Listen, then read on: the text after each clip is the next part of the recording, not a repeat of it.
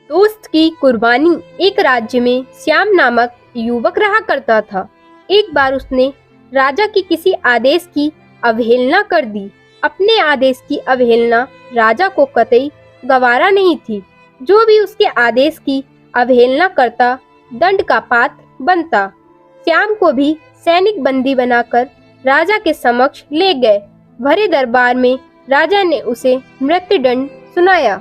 अपने मृत्युदंड पर श्याम बोला, महाराज, आपके द्वारा दिया गया मृत्युदंड शिरोधार्य है, किंतु मृत्यु पूर्व मेरा आपसे एक निवेदन है, और वह यह है कि मुझे कुछ समय प्रदान किया जाए ताकि अंतिम बार मैं अपने परिवार से मिल सकूं।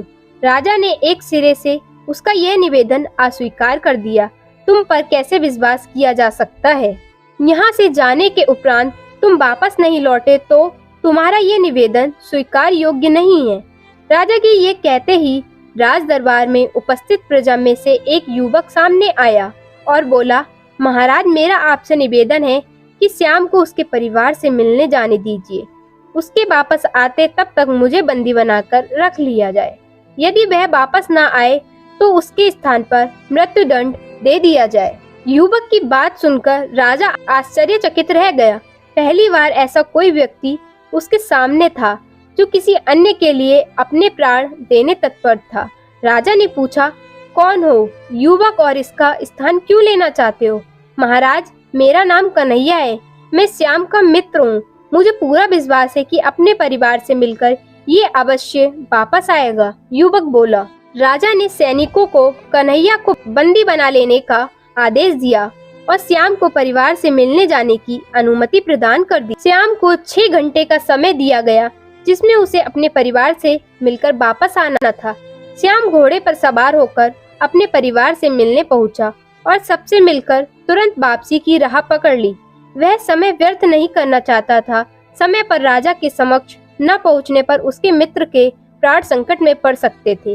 तीव्र गति से घोड़ा दौड़ाते हुए वह राजमहल की ओर चला आ रहा था कि एक स्थान पर घोड़े से गिर पड़ा और चोटिल हो गया।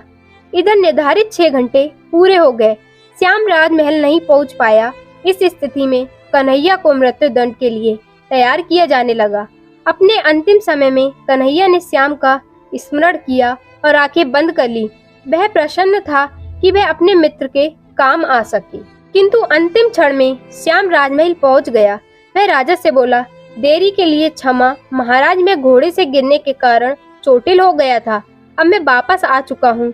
कृपया मेरे मित्र कन्हैया को छोड़ दीजिए।